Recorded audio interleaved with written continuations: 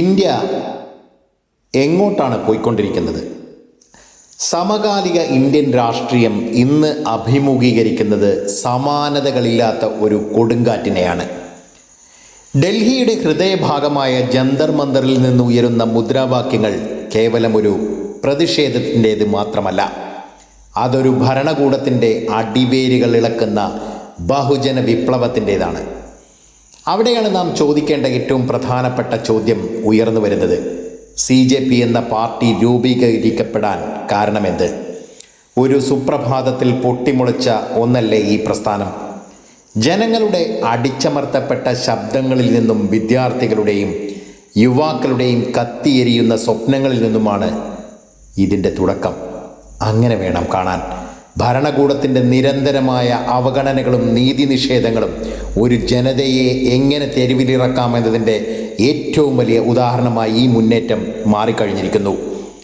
രൂപീകരിക്കപ്പെട്ട നാൾ മുതൽ ഇന്ന് വരെ ഓരോ ദിവസവും അതിൻ്റെ വളർച്ചയും വികാസവും ലക്ഷ്യങ്ങളും നമ്മെ അമ്പരപ്പിക്കുന്നതാണ്.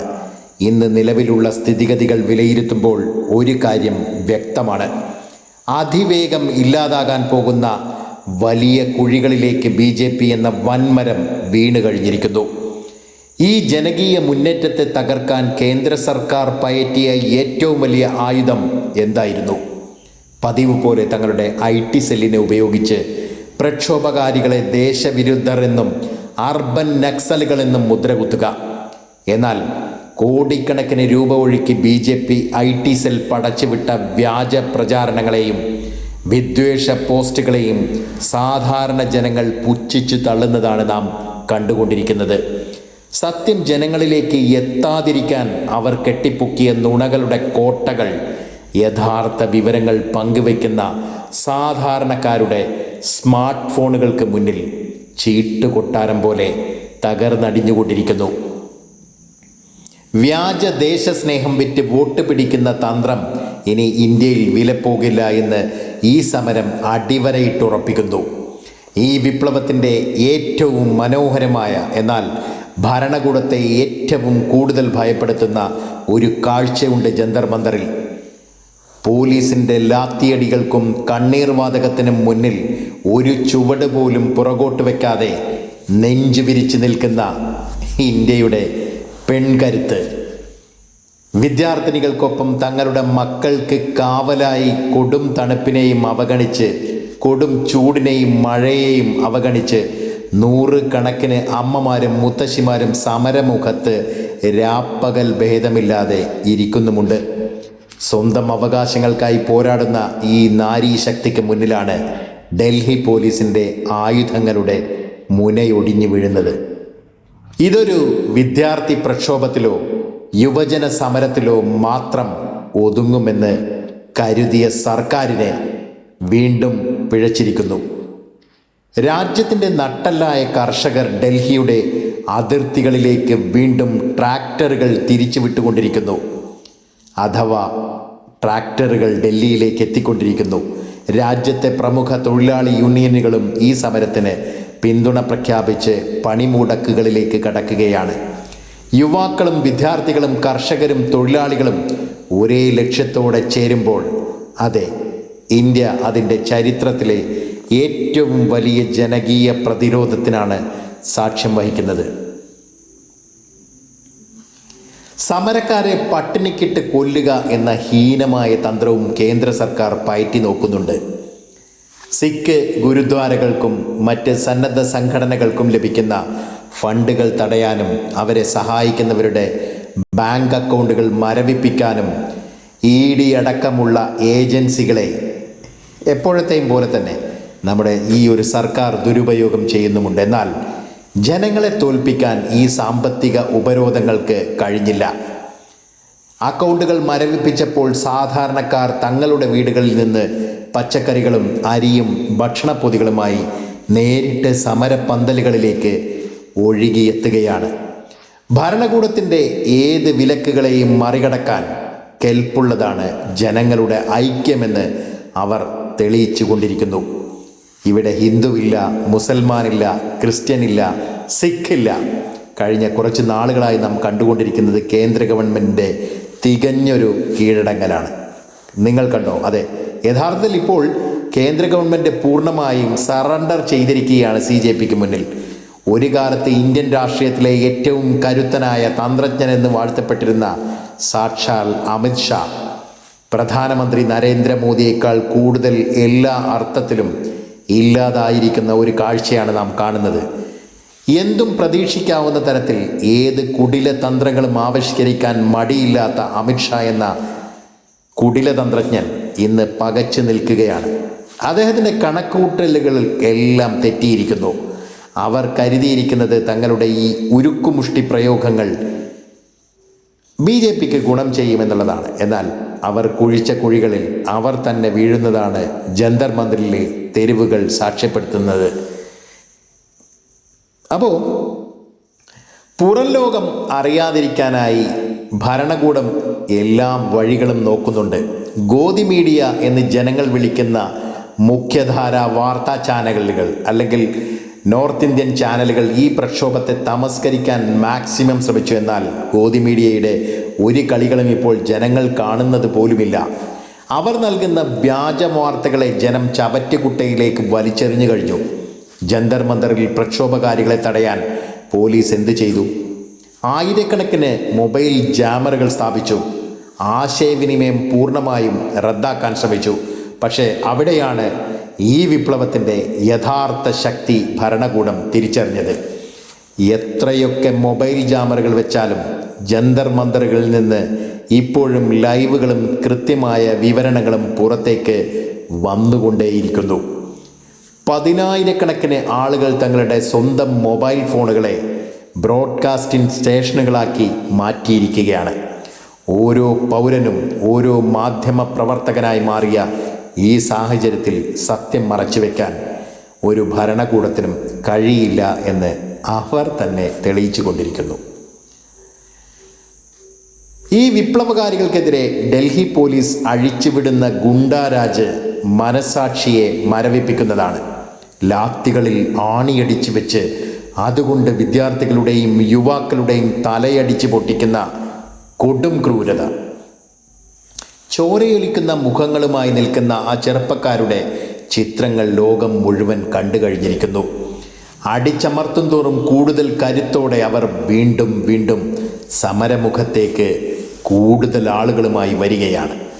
ഈ സമയം പ്രതിപക്ഷ കക്ഷികൾ ഈ വിഷയം ഏറ്റെടുക്കുന്നു. വളരെ ശക്തമായി തന്നെ ഏറ്റെടുത്തിരിക്കുകയാണല്ലോ. കോൺഗ്രസ് ഈ ഒരു വിഷയം ഏറ്റെടുത്തതോടുകൂടി തന്നെ ഇത് കേവലം ഡൽഹിയിലെ ഒരു സമരമല്ലാതായി മാറി. ആഗോള തലത്തിൽ തന്നെ ഈ വിഷയം വലിയ ചർച്ചയായി കഴിഞ്ഞു. അന്താരാഷ്ട്ര മാധ്യമങ്ങളും മനുഷ്യാവകാശ സംഘടനകളും ഇന്ത്യൻ സർക്കാരിൻ്റെ ഈ കിരാത നടപടികളെ അപലപിച്ചു തുടങ്ങിയിരിക്കുന്നു. ലോകം ശ്രദ്ധിച്ചു തുടങ്ങിയിരിക്കുന്നു. CJP എന്ന പുതിയ മുന്നേറ്റം ഇപ്പോൾ ഒറ്റയ്ക്കല്ല, അവർ കോൺഗ്രസുമായി ചേർന്ന് തന്നെ പ്രവർത്തിക്കുന്ന രൂപത്തിലേക്ക് വരുന്നു. രാജ്യത്തെ ഇടതുപക്ഷ കക്ഷികളുമായി ചേർന്ന് അവരുടെ പൂർണ്ണ പിന്തുണ സ്വീകരിച്ച് ഈ സമരം ഒരു വിശാല ഐക്യനിരയായി മാറിയിരിക്കുന്നു. കേന്ദ്ര ഗവൺമെൻറ്റിന് ഇനി എത്ര കാലം ഈ രൂപത്തിൽ പിടിച്ചു നിൽക്കാനാകും? പുറത്തേക്കുള്ള വഴി അവർക്ക് തന്നെ തിരഞ്ഞെടുക്കാവുന്നതാണ്. അതിനുള്ള എല്ലാ സാധ്യതകളും ഒരുങ്ങിക്കഴിഞ്ഞിരിക്കുന്നു എന്ന് നിസ്സംശയം പറയാം. എന്തായാലും കാത്തിരുന്ന് കാണാം. ഈ സമരം ഇന്ത്യയുടെ മാത്രം സമരമല്ല. ലോകത്താകമാനമുള്ള മലയാളികളടക്കമുള്ള പ്രവാസികൾ ഈ വിദ്യാർത്ഥികൾക്ക് എല്ലാവിധ പിന്തുണയും നൽകുന്നു. ഡൽഹിയിലെ തണുപ്പിലും വെയിലിലും മഴയിലും സമരം ചെയ്യുന്ന ഈ കുട്ടികൾക്ക് താങ്ങായി സിഖ് സമൂഹം തന്നെ മുന്നോട്ട് വന്നിരിക്കുന്നു. ഏറ്റവും വിരോധാഭാസമായ കാര്യം എന്താണെന്നോ, ഈ സമരത്തിൽ പങ്കുചേരുന്നവരിൽ ഭരണകക്ഷിയായ BJPയുടെ സ്വന്തം ആളുകളുമുണ്ട് എന്നതാണ്. പല BJP പ്രവർത്തകരും തങ്ങളുടെ സ്വന്തം ഐഡൻറ്റിറ്റി കാർഡുകൾ ക്യാമറകൾക്ക് മുന്നിൽ ഇതേപോലെ ഉയർത്തി കാണിച്ചുകൊണ്ട് തങ്ങളുടെ മക്കൾക്ക് വേണ്ടി ഈ ജന്തർ മന്ദറിൽ വന്ന് അഭിമുഖങ്ങൾ നൽകുന്നത് നാം കാണുന്നു. സ്വന്തം പാർട്ടി വിതയ്ക്കുന്ന വിഷവിത്തുക്കൾ തങ്ങളുടെ മക്കളുടെ ഭാവിയെ തന്നെ ഇല്ലാതാക്കുമെന്ന് അവർ തിരിച്ചറിഞ്ഞു കഴിഞ്ഞിരിക്കുന്നു. വളരെ കടുത്ത അന്ധഭക്തർ മാത്രമാണ് ഇപ്പോഴും ഈ പ്രൊട്ടസ്റ്റിനെ വലിയ വായിൽ എതിർക്കുന്നത്. എന്നാൽ അധികം വൈകാതെ അവർക്കും തങ്ങളുടെ മക്കളുടെ ഭാവിയെ ഓർത്തെങ്കിലും ഇവരുടെ കാര്യത്തിൽ ഈ സർക്കാരിൻ്റെ തെറ്റായ നയങ്ങൾക്കെതിരെ ശക്തമായി പ്രതികരിക്കേണ്ടി വരുമെന്ന കാര്യത്തിൽ, എതിർപ്പുകളുമായി മുന്നോട്ട് വരേണ്ടി വരുമെന്ന കാര്യത്തിൽ ഒരു സംശയവുമില്ല. അത്രത്തോളം തീവ്രമാണ് ഇന്ത്യയുടെ ഇന്നത്തെ അവസ്ഥ. ജനാധിപത്യത്തിൻ്റെ അവസാനത്തെ അത്താണിയായ സുപ്രീം കോടതിയിൽ നിങ്ങൾ അറിഞ്ഞോ? അവിടെ നിന്നുള്ള പ്രതികരണങ്ങൾ നമ്മളെ ഏവരെയും ഞെട്ടിക്കുന്നതാണ്. ഇന്നലെയോ മറ്റോ സുപ്രീം കോടതി പറയുന്നത് നാം കേട്ടു. അവർക്ക് സമയമില്ല എന്ന്. ഈ വിദ്യാർത്ഥികളെ ഡൽഹി പോലീസ് അതിക്രൂരമായി തല്ലിച്ചതച്ച വിഷയം കേൾക്കാനും ആ വീഡിയോകൾ കാണാനും രാജ്യത്തെ പരമോന്നത നീതിപീഠത്തിന് സമയമില്ലത്രേ. എന്താണ് ഇതിൻ്റെ അർത്ഥം? നീതി എവിടെ നിന്നാണ് ഈ ജനതയ്ക്ക് ലഭിക്കുക? ഈ ജനകീയ മുന്നേറ്റം ഇപ്പോൾ എല്ലാ അതിരുകളും ഭേദിക്കുകയാണ്. ഭരണകൂടത്തിൻ്റെ ഭീഷണികളെയും അടിച്ചമർത്തലുകളെയും വകവയ്ക്കാതെ ഇന്ത്യയുടെ ചലച്ചിത്ര ലോകം ഇപ്പോൾ ഈ പ്രക്ഷോഭകാരികൾക്ക് ഐക്യദാർഢ്യം പ്രഖ്യാപിച്ച് ധീരമായി രംഗത്തെത്തിയിരിക്കുന്നു. തങ്ങളുടെ കരിയറിനെ ബാധിക്കുമെന്ന ഭയം മാറ്റിവെച്ച് ബോളിവുഡിലെ പ്രമുഖ താരങ്ങളടക്കം മൗനം വെടിഞ്ഞു തുടങ്ങിയിരിക്കുന്നു. ഭയമുണ്ടവർക്ക്, എങ്കിലും തുടക്കം കൊള്ളാം.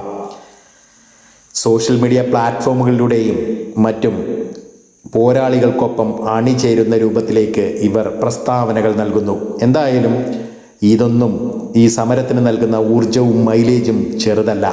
ഏറ്റവും ശ്രദ്ധേയമായത് നമ്മുടെ കൊച്ചു കേരളത്തിൽ നിന്നുള്ള പ്രതികരണങ്ങളാണ്. വെള്ളിത്തിരയിലെ നായകന്മാർ യഥാർത്ഥ ജീവിതത്തിലും നായകന്മാരാണെന്ന് ഒരിക്കൽ കൂടി തെളിയിച്ചുകൊണ്ട് മലയാളികളുടെ പ്രിയ താരം ടൊവിനോ തോമസ് ഈ പ്രക്ഷോഭകാരികൾക്ക് ശക്തമായ പിന്തുണയുമായി മുന്നോട്ട് വന്നിരിക്കുന്നു. പ്രളയകാലത്തടക്കം പ്രതിസന്ധി ഘട്ടങ്ങളിൽ എന്നും ജനങ്ങൾക്കൊപ്പം നിന്നിട്ടുള്ള ടൊവിനോയുടെ ശബ്ദം ഈ സമരത്തിന് പുതിയൊരു മാനം നൽകുകയാണ്.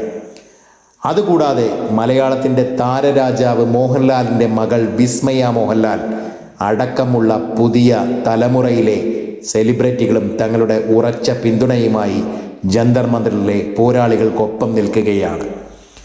താരപരിവേഷങ്ങൾ മാറ്റിവെച്ച് രാജ്യത്തിൻ്റെ ഭാവിക്ക് വേണ്ടി തെരുവിൽ അടിയേൽക്കുന്ന വിദ്യാർത്ഥികൾക്ക് വേണ്ടി യുവത ഒന്നാകെ കൈകോർക്കുന്ന ഈ കാഴ്ച ഇന്ത്യൻ ചരിത്രത്തിൽ തന്നെ സമാനതകളില്ലാത്തതാണ്. കേന്ദ്ര സർക്കാരിനെ പിഴച്ചോ? ഇത് കേവലം സാധാരണക്കാരുടെ മാത്രം സമരമല്ലെന്നും രാജ്യത്തിൻ്റെ മുഴുവൻ വികാരമാണെന്നും തെളിയിക്കുന്ന വലിയൊരു താക്കീതായി ഈ താരപിന്തുണയും മാറിക്കഴിഞ്ഞിരിക്കുന്നു. സർവതോന്മുഖമായ സർവ രംഗത്തുമുള്ള പിന്തുണയാണ് വന്നുകൊണ്ടിരിക്കുന്നത്. സർക്കാരിൻ്റെ കയ്യിൽ നിന്നും കാര്യങ്ങൾ പൂർണ്ണമായും കൈവിട്ട് പോയിരിക്കുന്നു എന്ന് വേണം പറയാൻ. അല്പം കൂടി അവധാനതയോടെ കേന്ദ്ര സർക്കാർ ഈ വിഷയം കൈകാര്യം ചെയ്യേണ്ടതായിരുന്നു. അഹങ്കാരവും അധികാര ഗർവവും അവരുടെ കണ്ണുകളെ അന്ധമാക്കി. ഇതൊരു ബഹുജന പ്രക്ഷോഭം തന്നെയായി മാറിക്കഴിഞ്ഞിരിക്കുന്നു. ഇതൊരു വിപ്ലവമാണ്.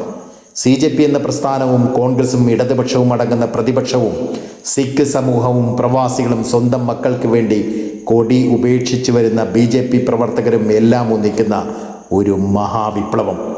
ഭരണകൂടത്തിൻ്റെ തോക്കുകൾക്കും കുടിലതന്ത്രങ്ങൾക്കും ഈ ജനസാഗരത്തെ ഇനി തടഞ്ഞു നിർത്താനാകില്ല. ഇന്ത്യ ഉണരുകയാണ് ഒരു പുതിയ പുലരിയിലേക്ക്. ഭരണകൂടത്തിൻ്റെ വീഴ്ചയുടെയും ജനകീയ ഐക്യത്തിൻ്റെയും ചരിത്രം ജന്തർ മന്ദറിലെ തെരുവുകളിൽ എഴുതപ്പെട്ട് കഴിഞ്ഞിരിക്കുന്നു.